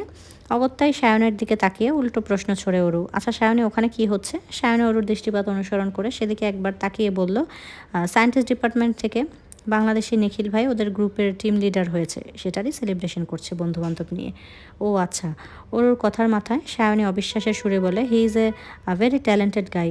কত অল্প সময়ে কেমন টিম লিডার হয়ে গেল, তার উপর দুইটা সুন্দরী গার্লফ্রেন্ড, সব দিক থেকে সোনায় সোহাগা। ওরু মুখভঙ্গিমায় বিরক্তির ছাপ টেনে বলল, একজন মানুষের আবার দুইটা গার্লফ্রেন্ড হয় কেমন করে? সায়নী কুটকুটিয়ে হেসে বলল, হয় হয়, আমেরিকাতে সব হয়, চাইলে তুমিও। সায়নের কথা পুরোপুরি শেষ হওয়ার আগেই পেছন থেকে ডেকে উঠল কেউ, অরোরা। ওরও জানে এটা কে হতে পারে। এই পুরো ক্যাম্পাসে অরোরা বলে ওকে একজনেই ডাকে, কিন্তু ও এখন কিছুতেই এই মানুষটার মুখোমুখি হতে চায় না। তাই অন্যদিকে মুখ ঘুরিয়ে না শোনার ভান করে চোখ খিচে চুপচাপ দাঁড়িয়ে রইল সেখানেই। সায়নী পেছনে ঘুরে বলল, আরে নিখিল ভাই যে, আপনি অরুকে চেনেন? নিখিল হ্যাঁ না কোনো উত্তর না দিয়ে স্মিথ হেসে অরুর দিকে তাকিয়ে পুনরায় ডাকলো, অরোরা। সায়নী সামনে দাঁড়িয়ে আছে, নিখিলও এগিয়ে এসেছে। এবার আর ইগনোর করার সুযোগ নেই, পেছনে ঘুরতেই হবে। কিন্তু কিছু করার নেই ভেবে নিখিলের মুখোমুখি হতে যাচ্ছিল ওরু। এখনও পেছনে ঘোরেনি, ঘুরবে ঘুরবে ভাব। ঠিক তখনই কোত্থেকে যেন বাজখাই কর্কশ আওয়াজ কানে ভেসে এলো ওরু। আচমকা কৃতিকের আওয়াজ পেয়ে কেঁপে উঠল ওরু। তড়িৎ গতিতে চোখ দুটো খুলে এদিক ওদিক তাকিয়ে খুঁজতে লাগলো তাকে। খানিকক্ষণ খোঁজাখুঁজির পর দেখলো ভবনের দোতলার অফিস রুমের করিডোর দাঁড়িয়ে ওর দিকেই কটমট করে তাকিয়ে আছে কৃতিকের চোখের দিকে এক পলক তাকিয়ে একটা শুষ্ক ঢোক গিলে সায়নের উদ্দেশ্য করে ওরু বলে, চলো ক্লাসে যাই, দেরি হয়ে যাচ্ছে। এই বলে সায়নের হাত ধরে দ্রুত ক্লাসের দিকে পা বাড়ায় ওরু। পেছন থেকে নিখিল ডেকে বলল, আরে অরোরা, কথাটা তো শুনে যাও। নিখিল এখনও ওরুর যাওয়ার পানে তাকিয়ে আছে। তখনই অন্য দিক থেকে একজন এসে নিখিলের উদ্দেশ্যে বলে, আরে ভাই, তুমি এখানে? তোমার গার্লফ্রেন্ডকে কেউ ধাক্কা মেরে পুলে ফেলে দিয়েছে, একটাও সাঁতার জানে না, দুটো হাবুডুবু খাচ্ছে। নিখিল আশ্চর্য হয়ে বলল, কী বলছো, কে ফেললো? তা তো জানি না, ভিড়ের মাঝে কে ধাক্কা দিয়েছে বা বলা মুশকিল, তুমি তাড়াতাড়ি যাও। নিখিল হ্যাসূচক মাথা নাড়িয়ে দ্রুত সেখানে প্রস্থান করে। অরু, সায়নী, নিখিল সবাই যে যার মতো চলে গিয়েছে, যার ফলে নরম ঘাস আবৃত জায়গাটা শূন্যই পড়ে আছে। দোতলার করিডোর দিয়ে কৃতিক এখনও সেই শূন্য স্থানের দিকে তাকিয়ে ঠোঁট বাঁকিয়ে হাসছে। পায়ের স্যান্ডেল দুটো আঙ্গুলের ভাঁজে নিয়ে খালি পায়ে সাগরের কোলে ঘেঁষে হাঁটছে অনু। প্যান্টটা একটুখানি গুটিয়ে গোড়ালি থেকে উপরে তুলে প্রত্যয় অনুর পাশাপাশি হাঁটছে। গোধূলি বেলা চলমান, তবে আকাশের অবস্থা দেখে মনে হচ্ছে আমাবস্যা রাত। পুরো আকাশ ঘুটঘুটে কালো মেঘে ছেয়ে আছে, বিদ্যুতের ঝলকানিতে ক্ষণে ক্ষণেই পশ্চিম আকাশে রক্তিম রং ধারণ করছে। ভার্সিটির গেটের সামনে একটা কাকপক্ষী অবশিষ্ট নেই, সবাই যে যার মতো চলে গিয়েছে। শুধুমাত্র ওরুই ছাতা হাতে নিয়ে সেই কখন থেকে বাসের জন্য দাঁড়িয়ে আছে। শেষ বাসের এখনও সময় হয়নি, কিন্তু এই ঝড়ের মাঝে শেষ বাস আসবে কিনা সন্দেহ। ওদিকে বৃষ্টির তোপ ধীরে ধীরে বেড়েই চলেছে। হাতে ছাতা থাকা সত্ত্বেও পায়ের দিকটা ভিজে গিয়েছে। ওরু হাত দিয়ে জামা কাপড় থেকে বারবার বৃষ্টির পানিগুলো ঝেড়ে সরাচ্ছে। তখনই বিকট আওয়াজে হর্ন বাজিয়ে ভার্সিটির গেট থেকে বের হয় কৃতিকের কালো রঙা মার্সিডিস। বাইরে ততক্ষণে ঝুম বৃষ্টি। কৃতিক ওরুর সামনে গাড়ি দাঁড় করিয়ে জানালার কাছ নামিয়ে নির্লিপ্ত কণ্ঠে বলল, উঠে আয়, রাত হলে ঝড় আরও বাড়বে, আজ আর বাস আসবে না বলে মনে হচ্ছে। থাইল্যান্ড থেকে আসার পর থেকে কৃতিকের উপর মহাবিরক্ত ওরু, না পারতে কথা বলে না, এখনও বলতে ইচ্ছে করছে না, তাই ও দাঁড়িয়ে না থেকে চুপচাপ হাঁটা ধরে বৃষ্টিস্নাত রাস্তার ফুটপাত ধরে। কেন যেন মনের মাঝে জিদ চেপে বসেছে, কৃতিকের কথাটা কিছুতেই শুনবে না আজ। সব সময় কৃতিকের জিদের কাছে পরাজিত হয়ে ক্লান্ত ওরু। কৃতিকের জিদের বশে করা কর্মকাণ্ড মনে পড়তেই হাঁটার গতি আরও বাড়িয়ে দিল। পায়ের জুতা পানিতে ভিজে ছপছপ আওয়াজ হচ্ছে, তবুও হনহনিয়ে হাঁটছে ওরু। তবে বেশি দূর এগোনোর আগেই পেছন থেকে ওর ছাতাটা টান মেরে নিয়ে নেয় কৃতিক। মাথার উপর থেকে ছাতা সরে যাওয়ায় কয়েক মুহূর্তের মাঝে ঝুম বৃষ্টিতে কাক ভেজা হয়ে যায় ওরু। কৃতিকও তাই ফর্মাল ড্রেস আপে ব্ল্যাক শুজ, রিস্ট ওয়াচ সব কিছু ভিজে একাকার। হুট করে ছাতা কেড়ে নেওয়াতে ওরু ভ্রু কুচকে পেছনে ঘুরে দেখতে পায় ওর হ্যালো কিটি হাতটার হাতাটার বেহাল দশা ছাতাটার বেহাল দশা করে ছেড়েছে কৃতিক। সেটাকে দুমড়ে মুচড়ে ভেঙে ডাস্টবিনে ছুঁড়ে মেরে কৃতিক বলল, এবার যা। ওরও কম যায় না কৃতিকের বাক্য শ্রবণের সঙ্গে সঙ্গে বৃষ্টির মাঝেই হাঁটা ধরে সামনের দিকে। তবে দ্বিতীয়বার স্পর্ধা দেখিয়ে আবার পার পেল না ওরও। সামনের দিকে এক কদম দিয়েছে কি দেয়নি তার আগেই ওর বুকের কাছের জামাটা খামচে ধরে কৃতিক। এভাবে হঠাৎ আক্রমণ কেঁপে ওঠে ওরও, হকচকিয়ে বলে, কি করছেন, জামাটা ছিঁড়ে যাবে তো। কৃতিক ওর কথায় পরোয়া না করে ওর চোখের দিকে নিজের বাজ পাখির মতো তির্যক চাহনি নিক্ষেপ করে বলল, কথা শুনছিস না? অনেক সাহস বেড়ে গিয়েছে দেখছি। আমার সামনে তেজ দেখাতে এলে সোজা গাড়িতে নিয়ে বাসর সেরে ফেলবো। আর তুই এটা ভালো করেই জানিস আমি যা বলি তাই করি। তাই নিজের ভালো চাইলে চুপচাপ গাড়িতে গিয়ে বস। কৃতিকের লাগামহীন কথার পাছে গলার স্বর মুহূর্তে ক্ষীণ হয়ে এলো অরুর। বরাবরের মতোই এবারও কৃতিকের জিদের কাছে হেরে গিয়ে ভেজা শরীর নিয়ে চুপচাপ গাড়িতে বসে পড়ল। অরু গাড়িতে বসতেই কৃতিক এসে ড্রাইভিং সিটে বসে গাড়ি স্টার্ট দেয়। বাইরের বৃষ্টির রিমঝিম আওয়াজ, গাড়ির হাই কোয়ালিটির জানালা ভেদ মোটেই ভেতরে আসতে পারছে না। চারিদিকে পিনপতন নীরবতা, শুধু একটু পরপর নীরবতা ভেঙে সশব্দে হাঁচি দিচ্ছে কৃতিক। হাঁচি দিতে দিতে চোখ নাক লালচে বর্ণ ধারণ করেছে। সেই কখন থেকে মানুষটা একাধারে হাঁচি দিচ্ছে দেখে ওরও একটু আগ বাড়িয়ে বলে, বৃষ্টিতে ভিজে আপনার ঠান্ডা লেগে গেল বোধ হয়। কৃতিক আবারও হাঁচি দিতে যেয়ে নিজেকে সংবরণ করে বলে, গত দুদিন ধরে জ্বর, তাই হয়তো বৃষ্টির পানিতে পুনরায় ঠান্ডা লেগে গিয়েছে। কৃতিকের কথায় ওরও বেশ অবাক হয়। একই বাড়িতে থাকে ওরা তিনজন, অথচ একটা মানুষের গত দুদিন ধরে জ্বর, ওরা সেটা জানেই না। কৃতিকই বা কেমন? জ্বর হলে মানুষ এতটা স্বাভাবিক কী করে থাকতে পারে? মুখ দেখে বোঝার উপায় নেই। যে মানুষটার শরীর খারাপ সবসময় সেই রাগী ভাব। উত্তাল প্রকৃতি রাত বাড়ার অপেক্ষা করেনি, আর সন্ধ্যা রাতেই শুরু করে দিয়েছে তীব্র ঝড়ের তাণ্ডব। অনুর সাথে মাত্রই কথা হলো অরুর। সেও ঝড়ের মাঝে কোনো এক ক্যাফেতে আটকা পড়েছে, সাথে তবে প্রত্যয় আছে, চিন্তা করার কিছু নেই। অনুর সাথে কথা হওয়ার পরপরই বিদ্যুৎ চলে গিয়েছে। এভাবে বিদ্যুৎ চলে যাওয়ায় অরু একটু ভড়কে গেল। অন্য সময় বিদ্যুৎ গেলেও বাইরে থেকে আসা সোডিয়ামের আলোয় আলোকিত থাকে হলরুমটা, অথচ আজ নিকষ কালো ঘুটঘুটে অন্ধকার। ব্যাপারটা বোঝার জন্য কাচের দেয়ালে উকি দিতেই ওরও দেখতে পায় বাড়ির বাইরে রাস্তার কোথাও এক ফোঁটা আলো নেই। হয়তো ঝড় বৃষ্টিতে কোথাও বৈদ্যুতিক তার বিচ্যুত হয়ে এমনটা হয়েছে। কিন্তু এই মুহূর্তে চারিদিকে এমন তীব্র অন্ধকারে ওরও কেমন গা ছমছম করছে। ও কোনো মতে অন্ধকারে সিঁড়ি হাতটা কৃতিকের রুমের দিকে পা বাড়ায়। কৃতিক রুমেই আছে, অথচ রুমটাও পুরোপুরি তিমিরে ঢাকা। একটু সময় নিয়ে খুঁজতে কৃতিকের রুমের দরজার বাইরে কয়েকবার টোকা মেরে ওরু মিনমিনিয়ে বলল, একটু ফোনের ফ্ল্যাশ অন করবেন, ভয় করছে। ওরু বলার সঙ্গে সঙ্গে কৃতিক মোবাইলের ফ্ল্যাশ অন করে বলল, ভেতরে আয়। ওরু দরজা ঠেলে ভেতরে ঢুকে মৃদু আলোতে দেখতে পায় কৃতিক কমফোর্টার মুড়ি দিয়ে শুয়ে আছে, আর গতানুগতিকের চেয়ে একটু জোরেই শ্বাস নিচ্ছে। ওরু জানে কৃতিক কখন এমনটা করে, তাই ও এগিয়ে গিয়ে শুধালো, জ্বর বেড়েছে, আমি কি একটু চেক করে দেখব? কৃতিক হ্যাঁচকি স্বরে জবাব দিল, নিষেধ করেছি। ওরু এবার একটু সংকোচ নিয়ে কৃতিকের কপালে হাত ছোঁয়, অতঃপর বলে, আপনার অনেক জ্বর, কি করে ঠিক আছেন বলুন তো? কথাটা বলে ওরু মোবাইল হাতে নিয়ে উঠতে নিলে কৃতিক নিজের তপ্ত হাত দিয়ে ওরুর হাতটা টেনে ধরে শুধায়, কোথায় যাচ্ছিস? ওরু পেছন ঘুরে বলে, কাপড় ভিজিয়ে নিয়ে আসি, মাথায় জল পট্টি দিলে ভালো লাগবে, ততক্ষণ একটু অন্ধকারে থাকুন। সন্ধ্যা রাত গড়িয়ে ঘড়ির কাঁটা গিয়ে ঠেকেছে রাত 10টার কোঠায়। বিদ্যুৎ এখনও আসেনি, আর না অনু ফিরেছে। ওরু সেই যে কৃতিকের শিওরে বসেছে এখনও বসেই আছে। বৃষ্টির রিমঝিম আওয়াজে চোখ দুটো ভার হয়ে এসেছে ঘুমে। এবার মনে হচ্ছে যাওয়া দরকার। তাই ও কৃতিকের মাথায় জলপট্টিটা উল্টে দিয়ে বলল, আমি এখন যাই, ঘুম পেয়েছে। তৎক্ষণাৎ ওর হাতটা শক্ত করে চেপে ধরে চোখ বন্ধ করে রেখে কৃতিক বলে, কোথাও যাবি না, এখানেই বসে থাক। বৃষ্টি কমেছে, বিদ্যুৎ আপা দুটোই চলে আসবে, তাছাড়া আমার ঘুম পেয়েছে তো। কৃতিক অরুর কথায় তোয়াক্কা না করে বলল, ঘুমাতে হবে না, আমি বলছি তুই যাবি না তার মানে যাবি না, নয়তো সবাইকে বলে দেবো তুই আমার বউ। ওরু দাঁত কিরমির করে বিরক্তি নিয়ে বলল, ব্ল্যাকমেলটা আপনি খুব ভালোই করতে পারেন, সব আমাকে শাস্তি দেওয়ার ধান্দা। কৃতিকের সাথে কথায় না পেরে অগত্যা ওরু গুমো চোখে নিয়ে টলতে টলতে কৃতিকের কাছেই বসে থাকে। একটা শ্বাসরুদ্ধকর পরিস্থিতি পড়ে খুব ভোরে ঘুম ভেঙেছে ওরুর। কেমন যেন গরম লাগছে সব কিছু, গলার কাছে গরমটা একটু বেশিই লাগছে। চোখ দুটো তখনও খোলেনিও, তবে আশেপাশের সুঘ্রাণটা বারবার নাকে এসে সুড়সুড়ি দিচ্ছে। চন্দন কাঠের স্নিগ্ধ মন মাতানো সুবাস। একটা লম্বা শ্বাস টেনে সুবাসিত বাতাসটা ভেতরে পুরে নিয়ে নড়ে চড়ে উঠে ওরু। কিন্তু এ কি, নড়াচড়া করার কোনো উপায়ন্তর নেই। মনে হচ্ছে হাত পা বেঁধে কেউ বেঁধে রেখেছে। কিন্তু কে দেখাবে এই দুঃসাহস? নিজেকে এভাবে বাঁধনে আবিষ্কার করে আচমকাই চোখ খুলে ওরু। চোখ খোলার সঙ্গে সঙ্গে দুনিয়া দুলে ওঠে ওর। ওরু কৃতিকের বিছানায় কৃতিকের সাথে ঘুমিয়ে আছে। কৃতিক নিজের হাত পা দিয়ে ওরুকে আষ্টে পিষ্টে জড়িয়ে ধরে নিজের বুকের মধ্যে নিয়ে নিশ্চিন্তে ঘুমাচ্ছে। ওরুর লম্বা চুলগুলো কৃতিকের কালো টি শার্টের সাথে মিলেমিশে একাকার। এভাবে কৃতিকের পাশে নিজেকে আবিষ্কার করে ওরু ঘাবড়ে গিয়েছে। মনে মনে ভাবছে, আপা জানলে কেলেঙ্কারি হয়ে যাবে, আমার এক্ষুনি চলে যাওয়া উচিত। কৃতিকের পিঠের নিচ থেকে নিচের চুলগুলো আস্তে করে টেনে বার করতে করতেই ওরুর চোখ চলে যায় কৃতিকের ঘুমন্ত মুখের দিকে। এত রাগ, এত জেদ, এত বেপরোয়া স্বভাব, কোনো কিছুই লেশমাত্র নেই ঘুমন্ত মুখটাতে। এখন যা রয়েছে সেটা কেবলই আকর্ষণ।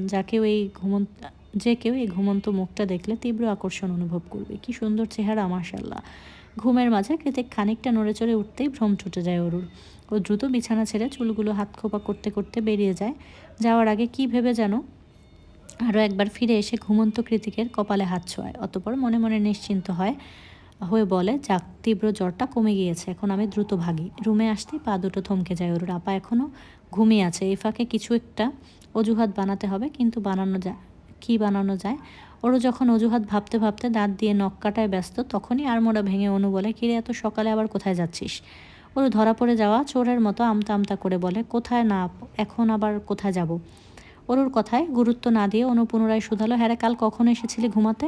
ওরু ভ্রু কুচকে বলে, কোথা থেকে আসবো? আরে তুই তো কাল রাতে কৃতিক ভাইয়ের মোবাইল থেকে মেসেজ দিলি আমায়, তুই নাকি পড়ছিস, খুব ইম্পর্ট্যান্ট টপিক, ঘুমাতে দেরি হবে, ওই জন্যই তো তোকে আর ডিস্টার্ব করিনি, রুমে এসে ঘুমিয়ে পড়েছি। ওরও এতক্ষণে বুঝলো ওর হয়ে কৃতিক মেসেজ করেছে অনুকে। এবারও একটু স্বস্তির নিঃশ্বাস ছেড়ে বলল, হ্যাঁ রে আপা, অনেক কঠিন পড়া ছিল, ওই জন্যই তো কৃতিক ভাইয়ের রুমে গিয়েছিলাম পড়া বুঝতে, বাড়িতে স্যার থাকলে যা হয় আর কি। এক নিঃশ্বাসে কথাটুকু শেষ করে নিজের শরীরের গন্ধ নিল ওরু।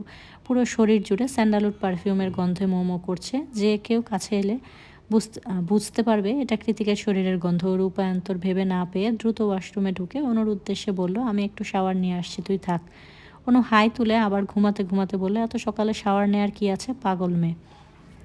রোববার সকাল, যেহেতু ছুটির দিন সেহেতু আজ ভার্সিটি নেই। ওরও আজ বেশ বেলা করে ঘুম থেকে উঠেছে। এত বেলা করে উঠেও আজকাল চোখ দুটো থেকে ঘুম কাটানো বড্ড দায়। কোনো মতে ঢুলু পায়ে রোবটের মতো নিজের সকালের কাজগুলো সেরে ওরও চলে এসেছে হলরুমে। বাড়িতে ওরু ব্যতীত কেউ নেই, শুধুমাত্র হলরুমের ডিভানে বসে লেজ নাড়াচ্ছে ডোরা।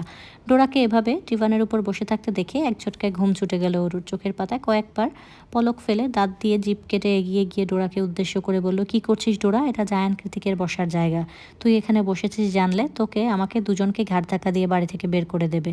প্রফেসর জেকে, ঘর বাড়ি হারিয়ে বনবাসী হতে না চাইলে তাড়াতাড়ি নাম। ওর তীব্র চোখ রাঙানো ধমকে বোধহয় কাজ হলো। তৎক্ষণাৎ লেজ নাড়াতে নাড়াতে জায়গা ত্যাগ করলো ডোরা। ডোরা মুখ কাচুমাচু করে চলে যাওয়াতে ওরু সেদিকে তাকিয়ে ফোঁস করে একটা দীর্ঘশ্বাস ছেড়ে বলল, রাগ করার কি আছে? আমি তো যা সত্যি তাই বললাম। প্রফেসর জেকে কে তো আর তুই চিনিস না, তাই অমন রাগ দেখাচ্ছিস। আমি চিনবো নাই বা কেন? ক্লাসে ইকোনমিক্স পড়ায় তো। ডোরা ওরুর এত হাবিজাবি কথা বুঝলো কি বুঝলো না তা বোধগম্য নয়। সে চুপচাপ গিয়ে লেজ গুটিয়ে অন্যত্র জায়গা দখল করে নিল, বসে পড়ল কিচেন কাউন্টারের এক পাশে। ডোরার কার্যক্রম খানিকক্ষণ পর্যবেক্ষণ করে ওর চোখ গেল দোতলা কৃতিকের ঘরের দিকে। আজ উইকেন্ড, অথচ কৃতিক সকাল সকাল বাড়িতে নেই। কোথায় গিয়েছে সেটাও ওরও জানে না, জানার কথাও নয়। তবু চোখ দুটো আজকাল হুটহাট করে খোঁজ করে বসে। কেন করে এমন তাও জানা নেই ওরুর। মন মস্তিষ্ক তাতে একযোগে সায় জানায়, হৃদয়ের কোনো দিক থেকে কোনো বাধা নেই। তবুও ওরুর ভয় হয়, ভীষণ ভয়। সেই সাথে কৃতিকের উপর একরাশ বিরক্ত আর অভিমান তো আছেই। কী করে পারলো ওকে এভাবে জোর করে বিয়ে করতে? ওর মতামতের কি কোনো দাম নেই? পরক্ষণেই মনে পড়ে যায় সেদিন রাতে কৃতিকের দেয়া গম্ভীর হৃদয়ের নিংড়ানো আশ্বাসটুকু।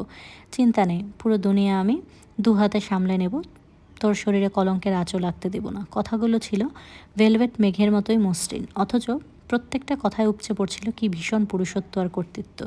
যেন কৃতিকের জন্মই হয়েছে অরুকে দুহাতে আগলে রাখার জন্য। সেদিনের বলা প্রত্যেকটা শব্দ তীব্র ঝংকার তুলেছিল অরুর শরীরের রন্ধে রন্ধে। মাথার মধ্যে উপচে পড়া চিন্তার জলোচ্ছ্বাসেরা মুহূর্তে গতিপথ বদলেছিল। চোখ বন্ধ করে বিশ্বাস করতে ইচ্ছে হচ্ছিল মানুষটা যা বলছে ঠিক বলছে। বিয়েটা যখন জোর করে করেছে তখন দায়িত্ব অবহেলা করার পত্র জায়ান কৃতিক নয়। কিন্তু সময়ের পরিবর্তনে আবারও মনে হতে লাগলো তাতে কি আসে যায়? কৃতিক যতই বলুক, ধর্মে যতই প্রাধান্য থাকুক, সৎ ভাইয়ের সাথে বিয়ের সম্পর্ক কোনো সমাজই ভালো চোখে দেখবে না। কোনোদিন না। তার ওপর মা আর আপা তো আছেই। ওরও যখন নিজের অনিশ্চিন্ত বৈবাহিক সম্পর্ক নিয়ে গভীর চিন্তায় মগ্ন হয়ে আছে, তখনই ল্যান্ডফোনের তীক্ষ্ণ আওয়াজে ওর ভাবনা সুতো ছিঁড়ে যায়। কৃতিকের শূন্য ঘরের দিকে থেকে চোখ নামিয়ে ওরু তাকায় সেদিকে। মনে মনে ভাবে ল্যান্ডলাইনে কল এসেছে, তার মানে আমার কল। কিন্তু এই সময় কে কল দিল? ওরু ঠোঁট কামড়ে ফোনের ওপাশের মানুষটাকে আন্দাজ করতে না পেরে সহসা এগিয়ে গিয়ে ফোন কানে ধরল। ফোনে কানে নেয়ার সঙ্গে সঙ্গে ওপাশ থেকে ভেসে এলো অনুর উচ্ছ্বাসিত কন্দনরত আওয়াজ। গলায় অসম্ভব খুশি আর চোখে অশ্রুসিক্ত নোনা জল ধরে রেখে অনু বলল, ওরু দ্রুত নার্সিংহোমে চলে আয়, মা তোকে দেখতে চাইছে। অনুর কথায় চোখ দুটো বড় বড় করে ওর আত্মবিশ্বাসের সুরে দ্বিতীয়বার শুধায়, কী বলছিস আপা? সত্যি মা আমাকে খুঁজছে? হ্যাঁ রে বোন, মা তোকে খুঁজছে, এলেই দেখতে পাবে। অনুর সঙ্গে সঙ্গে ওরু এবার ব্যথাতুর খুশিতে ডুকরে কেঁদে উঠল। হ্যাঁ সূচক মাথা নাড়িয়ে বলল, আমি এক্ষুনি আসছি আপা। ওর কথায় সায় জানিয়ে অনু কল কেটে দিল। ওর দ্রুত ব্যস্ত হয়ে পড়ে রেডি হওয়ার জন্য। অপারেশনের পর মায়ের জ্ঞান ফিরেছে বেশ কয়েকদিন আগেই, তবে তখনও এত বড় অপারেশনের দুর্বলতা কাটিয়ে উঠতে পারেনি বলে কথা হয়ে ওঠেনি মায়ের সাথে। আজ বোধ হয় মা পুরোপুরি সুস্থ হলো। অসম্ভব খুশিতে পাগল পাগল লাগছে অরুর। আজ আবারও কতগুলো দিন পর মাকে সেই আগের মতো দেখতে পাবে অরু। না, আর অপেক্ষা করা যাচ্ছে না। কোনো মতে পরিপাটি হয়ে হাতের পার্সটা নিয়ে দরজা লক করে অরু দৌড়াতে দৌড়াতে বেরিয়ে গেল কৃতিকের আলিশান বাড়ি থেকে। হসপিটাল এসে দৌড়াতে দৌড়াতে করিডোর পেরিয়ে মায়ের কেবিনের সামনে এসে পা দুটো থমকে গেল অরুর। ভেতরে মা কথা বলছে, সুস্পষ্ট আওয়াজ। কতদিন পর মায়ের কথা কানে আসছে। হৃদয়টা গুমোট আবহাওয়ার মতোই হাঁসফাঁস করছে। মনে পড়ে যাচ্ছে শুরুর থেকে সব কিছু। অত বড় কৃতিককুঞ্জে দিনের পর দিন দুবোনের কষ্ট করা, প্রতিদিন ইমেইল পাঠানো, ইমেইলের রিপ্লে না আসায় একরাশ আক্ষেপ গুছিয়ে নেয়া, মানিয়ে নেয়া, মামির ছুরিকাঘাতের মতো কথার ছোবল, শেষমেশ জায়ান কৃতিকের জবরদস্তিতে রাজি হওয়া। এত কিছুর বিপরীতে এখন এই মুহূর্তে মায়ের দুটো আওয়াজ শুনে মনে হলো সব দুঃখ ভ্যানিশ। এই জীবনে দুঃখের কিছুই ঘটেনি। এই যে কেমন সুখ উপচে পড়ছে দু চোখের কার্নিশ বেয়ে। কাঁধ দুটো অসম্ভব হালকা লাগছে। বয়স কমে গিয়ে নিজেকে মায়ের ছোট্ট বাচ্চা মনে হচ্ছে। আর কি চাই? খানিকক্ষণ কেবিনের বাইরে দাঁড়িয়ে থেকে নিজের ভাবনা উঠে অশান্ত হৃদয়টাকে শান্ত করে তবেই দরজা ঠেলে ভেতরে প্রবেশ করলো ওর। চোখ দুটো তখনও অভিমানী জলে টইটুম্বুরোর। কয়েক মিটার দূরত্বে বসে আছে মা। পরনে তার হসপিটালের বরাদ্দকৃত আসমানি রঙের পাজামা সেট। হাতের ক্যানোলা এখনও খোলা হয়নি, তবে চোখে মুখে স্নিগ্ধতার ছড়াছড়ি। আর এখন সুস্থ দেখে মনে হচ্ছে নতুন করে জন্ম হলো তার। ওরুর অবশ্য এমন মনে হওয়ারই কথা, কারণ ও খুব বেশি মায়ের ধারে কাছে থাকেনি। শুরু থেকেই শেষ পর্যন্ত অনুর ত্যাগ তিতিক্ষার কাছে ওরুর এই সামান্য কষ্ট কিছুই না। আজমেরি শেখ বরাবরই রাশভারী গোছের মানুষ। কিছু একটা আবেগ তিনি দেখাতে পারেন না, কিন্তু এরকম একটা মুহূর্তে নিজেকে ধরে রাখতে দায় তিনিও পারলেন না। এক হাতে অনুকে আগলে রেখে অন্য হাতে এগিয়ে দিলেন অরুর উদ্দেশ্যে। অরু আর অপেক্ষা করলো না, ছুটে এসে জাপটে ধরলো মাকে। তিন মামের কান্নার রোল পড়ে গেল পুরো কেবিন জুড়ে। এতগুলো দিন পর অনুর মনে হচ্ছে ও আর একা নয়, ওকে স্নেহ করার মতো মানুষ আছে। এর চেয়ে প্রশান্তির আর কী বা হতে পারে। আজমেরি শেখ দুই মেয়ের মাথায় চুমু খেয়ে বললেন, সব ঠিক হয়ে গিয়েছে, সব আর দুঃখ নেই, তোমাদের মা সুস্থ হয়ে গিয়েছে। জবাবে অনু কাঁদতে কাঁদতে বলল, তুমি আবার আমাদের বুকে টেনে নিয়ে আদর করছো, এর চেয়ে সুখের আর কি হতে পারে মা? ওদের কান্নাকাটির মাঝে চেকআপের উদ্দেশ্যে কেবিনে প্রবেশ করেন ডক্টর। কংগ্রাচুলেশন মিসেস আজমেরি, আপনার অপারেশনের পর আপনি এখন পুরোপুরি ফিট আছেন। আজ বা কালকের মধ্যে আপনাকে ডিসচার্জ করে দেওয়া হবে। তবে হ্যাঁ, প্রথম দিকে প্রতি সপ্তাহে এবং পরবর্তীতে প্রতি মাসে একবার করে নার্সিংহোমে এসে হার্টের কন্ডিশন চেক আপ করতে হবে আপনার। অন্তত 6 মাস এটা ধারাবাহিকভাবে করতে হবে। তাই অনুরোধ করব আপনি আগামী 6 মাস দেশে না ফেরার। 6 মাস পরে যখন আপনার হার্টের কন্ডিশন পুরোপুরি স্টেবল হয়ে যাবে, তখন আপনি যে কোনো সময় দেশে ফিরতে পারবেন। আজমেরি শেখ বরাবরই যথেষ্ট স্মার্ট এবং দক্ষ মহিলা। ইংরেজিতেও তিনি যথেষ্ট পারদর্শী। জামশেদ এর সাথে দেশ বিদেশে ঘুরে ব্যবসা সামলেছেন, পারদর্শী হওয়ারই কথা। তাই তিনি নিজ থেকেই ডক্টরকে শুধালেন, ডক্টর এডওয়ার্ড, 6 মাসই থাকতে হবে?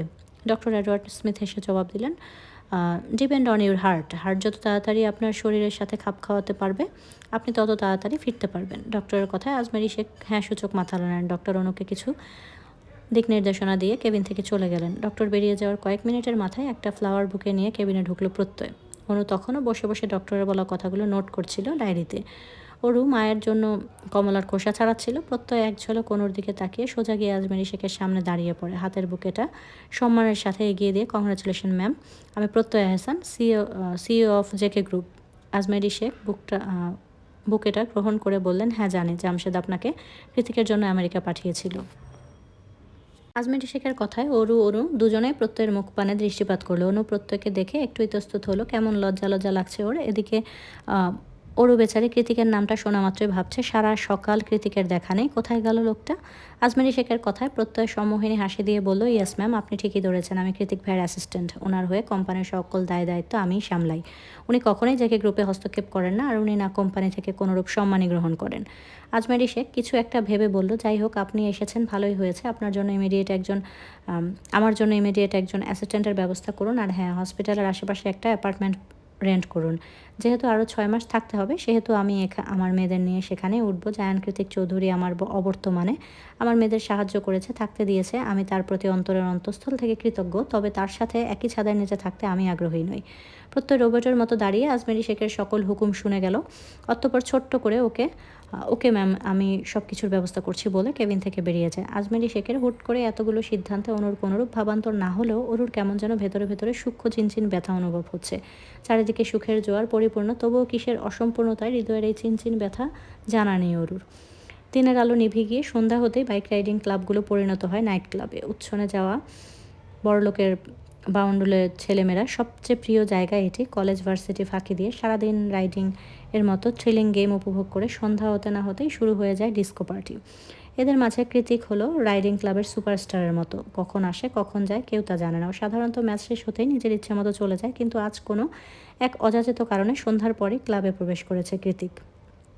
এখানে কেন নিয়ে এলি?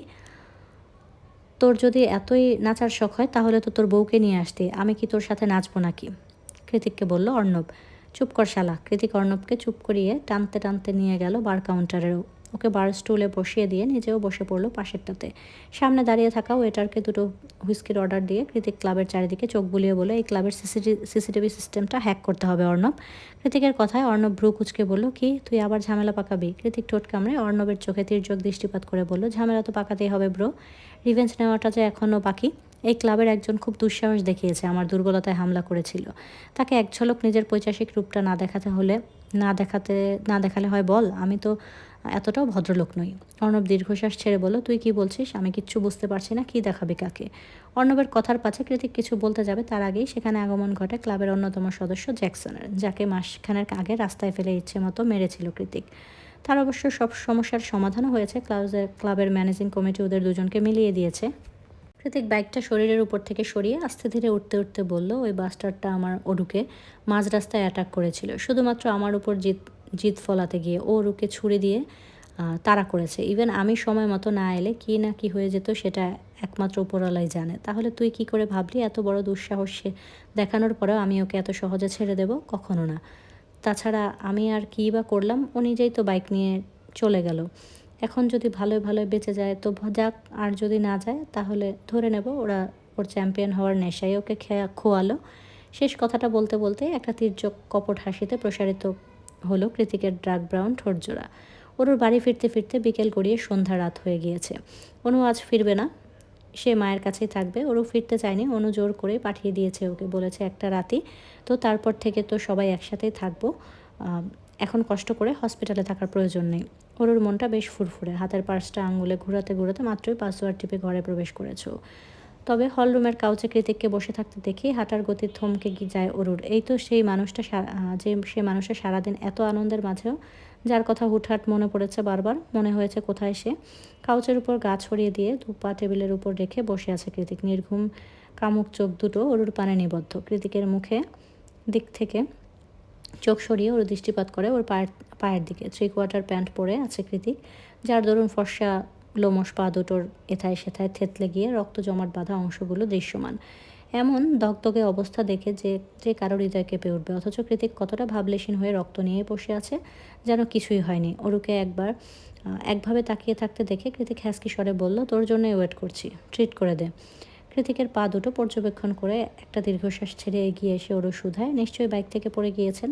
কৃতিক দু হাতে নিজের চুলগুলো ব্রেক ব্রেশ করতে করতে বলল, ঠিকই ধরেছিস। ফার্স্ট এড বক্স কোথায়? কৃতিক আঙ্গুল দিয়ে নিজের রুমের দিকে দেখিয়ে দিল। ওরু নিজের পার্সটা রেখে বলল, থাকুন, নিয়ে আসছি। এই যাবৎ কৃতিকের রুমে 2-1 বার আসছে ওরু। সেদিন কৃতিকের রুমে কখন যে ঘুমিয়ে গিয়েছিল টের পায়নি ও নিজেও। তবে তখন তো ঘরময় অন্ধকার ছিল, কিছুই দেখার উপায় ছিল না। ওই জন্যই তো এখন ফার্স্ট এড বক্স খুঁজতে খুঁজতে হাঁপিয়ে উঠেছে ওরু। রুমের কোথাও খুঁজে না পেয়ে একটানে কৃতিকের জামা কাপড়ের কাবার্ড খুলে ফেললো। ও কাবার্ডের ডয়ারে ফার্স্ট এড বক্স রাখা ছিল। ওরু সেটাকে হাতে নিয়ে আরও একটা ছোট বক্স দেখতে পায়, সুন্দর কারুকাজ করা কাঠের বক্সটা। কী আছে এর মধ্যে? প্রশ্নটা মনের মাঝে উকি দিতেই এদিক ওদিক তাকিয়ে অনেকটা বিস্ময় আর কৌতূহল নিয়ে বক্সটা খুলল ওরু ভেবেই নিয়েছে এত সুন্দর বক্সে হয়তো কোনো হিরে জহরত থাকবে নিশ্চিত। কিন্তু ওরুকে পুরোপুরি ভুল প্রমাণ করে দিয়ে বক্স থেকে বেরিয়ে এলো একটা লম্বা চুল। ওরু আশাহত নজরে চুলটাকে দেখে নাক ছিটকে বলল, ইউ, এটা আবার কি? পরক্ষণে ওই চুলটা নিজের চুলের সাথে মিলিয়ে ওরু বলল, আরে এটা তো মনে হচ্ছে আমার চুল। উনি কি কালো জাদু টাদু করেন নাকি? ওরু নিচ থেকে ভেসে আসা কৃতিকের ঝাঁঝালো চিৎকারে লাফিয়ে উঠল ওরু। কোনো মতে জিনিস জায়গায় রেখে ফার্স্ট এড বক্স নিয়ে সহসা নেমে গেল নিচতলায়। তারপর দৌড়ে এসে হাঁটু গেড়ে বসে পড়ল কৃতিকের পাশে। নিচ থেকে ভেসে আসা কৃতিকের ঝাঁঝালো চিৎকারে লাফিয়ে উঠল ওরু। কোনো মতে জিনিস জায়গায় রেখে ফার্স্ট এড বক্স নিয়ে সহসা নেমে গেল নিচতলায়। তারপর দৌড়ে এসে হাঁটু গেড়ে বসে পড়ল কৃতিকের পাশে। এতদিন ধরে এ বাড়িতে আছিস, এখন একটা বক্স খুঁজতে এতক্ষণ সময় লাগে? কৃতিকের কথায় ওরুর মনে পড়ে যায় ও আর এই বাড়িতে নেই। কথাটা ভাবতেই ঈশান কোণে মেঘ জমার মতোই মনের কোণে সুপ্ত হাহাকার জমে ওঠে ওরু নিশ্চুপ বসে বসে কৃতিকের পায়ে হাত চালাচ্ছে দেখে কৃতিক ভ্রুকুঞ্চিত করে বলল, কি ভাবছিস? ওরু তার ছোট ছোট হাত দিয়ে অন টাইম ব্যান্ডেজগুলো লাগাতে লাগাতে বলল, ভাবছি আজকে যা বলার বলুন, আমি তো কাল চলেই যাচ্ছি। কৃতিক ডিভানের গায়ে নিজের মাথাটা এলিয়ে দিয়ে বলল, আমায় ছেড়ে কোথায় যাবি তুই? ওরু এবার সিরিয়াস হয়ে কৃতিকের মুখের দিকে তাকিয়ে বলল, কাল চলে যাচ্ছি আমরা। মা সুস্থ হয়ে উঠেছেন। আমাদের জন্য সান ফ্রান্সিসকোতে অ্যাপার্টমেন্ট রেন্ট করা হয়েছে। ওর কথাটা বলতে দেরি হলো, শক্ত হাতে ওর গাল দুটো চেপে ধরতে দেরি হলো না কৃতিকের। হঠাৎ চড়াও হওয়া তীব্র রাগে বেশ শক্ত করে ওর গাল দুটো চেপে ধরেছে কৃতিক। এতক্ষণের শান্ত মসৃণ রূপটা মুহূর্তেই ধারণ করেছে ভয়ঙ্কর অগ্নিমূর্তি। ওর মনে হচ্ছে ওর গালের হাড়গুলো এক্ষুনি ভেঙে যাবে। ব্যথায় চোখ দুটো টলমল হয়ে উঠল ওর। তৎক্ষণাৎ অস্পষ্ট সুরে কৃতিককে বলল, খুব ব্যথা লাগছে, ছাড়ুন। কৃতিক ছাড়লো না, উল্টো ওকে কাছে টেনে নিয়ে হিসিয়ে বলল, আমার জীবনের সবচেয়ে বড় ভুল কি জানিস? তোর প্রেমে পড়া। সেই শুরু থেকে যন্ত্রণা দিতে দিতে লাইফটাকে হেল বানিয়ে ছেড়েছিস, এখনও দিচ্ছিস। কথাটা বলে পায়ের নিচে থাকা টি টেবিলটায় সশব্দে লাথি মারল কৃতিক। সঙ্গে সঙ্গে ঝনঝন আওয়াজ করে টেবিলটা উল্টে পড়ল অন্য পাশে। বোধহয় কাঁচগুলো ভেঙে গুড়িয়ে পড়েছে। কৃতিক সেদিকে দৃষ্টিপাত না করে ওর এতক্ষণ ধরে করা ব্যান্ডেজগুলোকে টেনে হিঁচড়ে তুলে ফেলল। এভাবে নিজেকে কষ্ট দেওয়ার কি মানে হয়? ওরু চেঁচিয়ে উঠল, আর কি করছেন? আবারও রক্ত বের হবে তো। কৃতিক ওরুর কথায় কর্ণপাত না করে ব্যান্ডেজগুলো ছুঁড়ে ফেলে ওকে এক প্রকার ধাক্কা মেরে সরিয়ে হনহন করে বাড়ি থেকে বেরিয়ে যায়। কৃতিক চলে যেতেই ওরু ধপ করে মেঝেতে বসে পড়ে। নিজেকেই নিজে আশ্চর্য হয়ে প্রশ্ন করলো, উনি কি বললেন? উনি আমার প্রেমে পড়েছেন? কবে? কোথায়? কখন? যে মানুষটা আমাকে দুই চোখে সহ্যই করতে পারে না, সে কি করে আমার প্রেমে পড়লো? আমি কি ঠিক শুনেছি? আপন মনে কথাগুলো বলতে বলতে ওর হাত চলে যায় বুকের বাম পাশে। আবারও সেই তীক্ষ্ণ চিনচিন ব্যথাটা। এটা কি তাহলে জায়ান কৃতিকের জন্যই হচ্ছে? আরও একটা ব্যস্ত দিনকে বিদায় জানিয়ে সন্ধ্যা তিমিরে মুড়িয়ে গিয়েছে চারিপাশ। বাইরে বৃষ্টি নেই, তবে প্রবল বেগে হাওয়ার তাণ্ডব চলমান। সারাদিন পরে মাত্রই ভার্সিটি থেকে বাড়িতে ফিরেছে কৃতিক। পরনে ইতালিয়ানদের মতো আটোসাটো ফর্মাল স্যুট গলিয়ে পুরুষালী শরীরের পেশিগুলো স্পষ্ট দৃশ্যমান। হাতে সিলভার রঙের রোলেক্স ঘড়ি, মাথার চুলগুলো ব্যাক ব্রাশ করা। এই কৃতিককে দেখলে কেউ ভুলেও বলবে না যে সে ছন্নছাড়া, বেপরোয়া আর উদ্ভ্রান্তের মতো বাইক রাইড করে। যার আছে নিজ জীবনের 2 পয়সার মায়াটুকু নেই। ওর ভেতরের মায়া আসক্তি যেটুকু আছে তা একমাত্র ওরুকে ঘিরে। হুহু বাতাসের মাঝে কৃতিক গ্যারেজ থেকে গাড়ি পার্ক করে সোজা ঢুকে গিয়েছে বাসার মধ্যে। পাসওয়ার্ড টিপে হলরুমে পা রাখতেই একটা শুষ্ক ঢোক গিলল কৃতিক। পুরো বাড়ি অন্ধকারে ছেয়ে আছে, কোনোরূপ মানুষের আওয়াজ নেই, একটা নিঃশ্বাসেরও শব্দ নেই। তাহলে অনুক ওরা কোথায়? সকালেই তো কৃতিক ওরুকে বাড়িতে দেখে গিয়েছে, তাহলে এখন কোথায়? ওরু কি সত্যিই চলে গেল? মস্তিষ্কের ভেতরে একের পর এক হামলা দিতে থাকা দানা বাঁধা অসহিষ্ণু প্রশ্নের উত্তর ভাবতে গিয়েই সুদর্শন তীক্ষ্ণ চোয়ালটা আরও খানিকটা তীক্ষ্ণ হয়ে উঠল কৃতিকের। দাঁত দিয়ে ঠেকল দাঁতের সাথে। ও দ্রুত পায়ে এগিয়ে গিয়ে সুইচবোর্ড চেপে হলরুমের আলো জ্বালালো। আলো জ্বালাতেই কিচেনের ওপাশ থেকে মেয়াও মেয়াও আওয়াজ করে গা ঢাকা দিল ডোরা। কৃতিক ডোরার দিকে এক নজর দৃষ্টিপাত করে চেঁচিয়ে ওরুর নাম করে ডেকে উঠল, ওরু এক্ষুনি নিচে নাম, নয়তো আমি উপরে গেলে তোর খবর আছে। না, দোতলার ঘর থেকে কোনোরূপ আওয়াজ ভেসে আসলো না। অরুও হন্তদন্ত হয়ে নেমে এলো না। রাগে ফোঁস-ফোঁস করতে করতে এবার কৃতিক নিজেই সোজা দোতলার গিয়ে অরুদের রুমে ঢুকে যায়। রুমে ঢোকা মাত্রই দু চোখ খিচে বন্ধ করে ফেলল কৃতিক। যা ভেবেছিল তাই, অরু ওকে না জানিয়ে বাড়ি থেকে চলে গিয়েছে। রুমের মধ্যে এখন আর অরুর একটা সুতোও অবশিষ্ট নেই। থাকলেও হয়তো সেটাকেও চুলের মতো বাক্সবন্দি করে রাখত কৃতিক। এই মুহূর্তে মস্তিষ্কের রাগ, জেদ, হিংস্রতা সব কিছু ছাপিয়ে ভেতরটা তীব্র দহনে পড়ছে খুব। অরু কৃতিককে না জানিয়েই চলে গেল। কি করে পারলো এটা? বেশ কয়েক মিনিট পেরিয়ে গেল। বুকের ভেতরে অনেকটা অক্সিজেন মিশ্রিত বাতাস ভরে নিয়ে চোখ খুলে কৃতিক। চোখ খুলতেই আবারও সেই অজানা হাহাকার। অরু নেই, অরুর পায়ের নুপুরের রিনঝিন আওয়াজ নেই, অরুর শরীরের গন্ধ নেই, কিচ্ছু নেই। এই মুহূর্তে পুরো বাড়িটাকে মৃত্যুপুরী ঠেকছে কৃতিকের নিকট।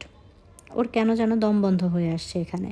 শরীরের মাঝে কুণ্ডলি পাকিয়ে ওঠা তীব্র অস্থিরতা দমাতে একে একে কোট, টাই, ঘড়ি সব কিছু খুলে মেঝেতে ছুঁড়ে মারে কৃতিক। আজ আবারও বহুদিন বাদে সেই পুরনো বিষণ্ণতা এসে হানা দিয়েছে মস্তিষ্কে। মনে হচ্ছে এমন দম বন্ধকর পরিস্থিতিতে বেঁচে থাকার চেয়ে মৃত্যুই শ্রেয়। যেহেতু কৃতিক অনেক দিনের চলমান চিকিৎসার প্রভাবে আগের চেয়ে ভালো হয়েছে, তাই আপাতত নিজেকে সামলে নিতে পারছে। তবুও এসব কুচিন্তা ভাবনাগুলোকে দূরে ঠেলতে চায়ও। কিন্তু এই বন্ধ রুমের ভেতর এক ফোঁটা দম নেয়ার উপায় নেই। তাহলে কি করা যায়? অতঃপর কিছু একটা ভেবে দ্রুত দোতলা থেকে নেমে আসে কৃতিক। নিচে গিয়ে বাইকের চাবি আর হেলমেট নিয়ে বেরিয়ে পড়ে কোনো এক অজানা গন্তব্যের উদ্দেশ্যে।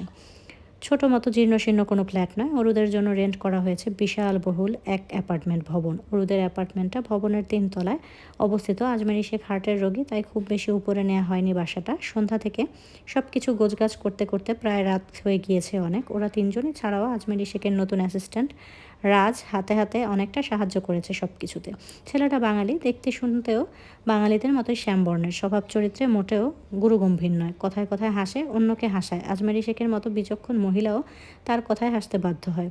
রাজকে পেয়ে অনুও অনেকটা নিশ্চিন্ত। ছেলেটা মায়ের ভালোই খেয়াল রাখতে পারবে, সেটা চোখ বন্ধ করে বলে দেওয়া যায়। রাজ প্রথমে এসে যে কাজটা করেছে, অরুকে নিকনেম দিয়ে দিয়েছে পিচ্চি পাখি।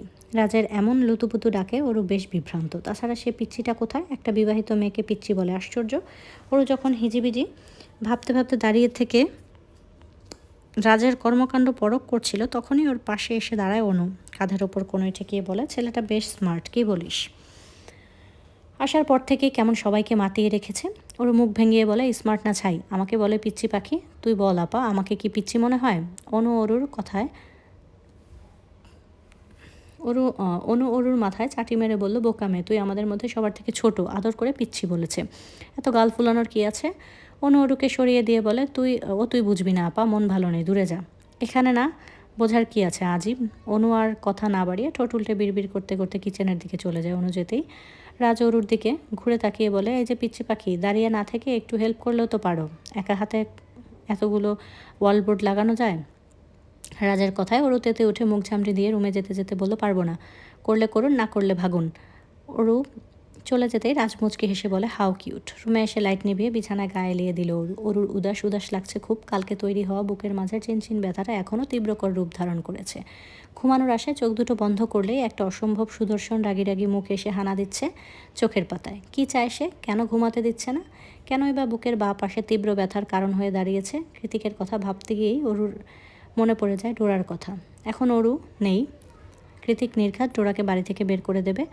না, ডোরার কথা চিন্তা করে অরু শোয়া থেকে উঠে বসলো। মনে মনে ঠিক করলো কাল ভার্সিটি হয়ে কৃতিকের বাড়িতে গিয়ে ডোরাকে যত দ্রুত সম্ভব নিয়ে আসতে হবে। কিন্তু রাতই বা কখন শেষ হবে, আর আগামীকালই বা কখন আসবে?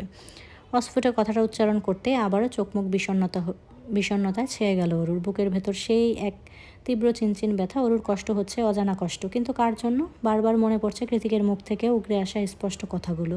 আমার জীবনের সবচেয়ে বড় ভুল কি জানিস? তোর প্রেমে পড়া। গুনে গুনে 12 বছরের বড় হয়েও কৃতিক অরুর প্রেমে পড়েছে। কথাটা ভাবতেই শিহরিত হয়ে উঠেছে অরুর হৃদয়, মন, সব কিছু। হাজারো চেষ্টা করেও কৃতিকের কথা মাথা থেকে সরানো যাচ্ছে না। না চাইতেও ওই মুখটাই মনে পড়ছে বারবার। ও যেন মন মস্তিষ্কের একটা তীব্র দোটানা। আর ভালো লাগছে না এই উদাসীনতা। মনটা যে কী চাইছে নিজেও জানে না অরু। ওই জন্যই তো কৃতিককে না জানিয়ে চুপি চুপি চলে আসা।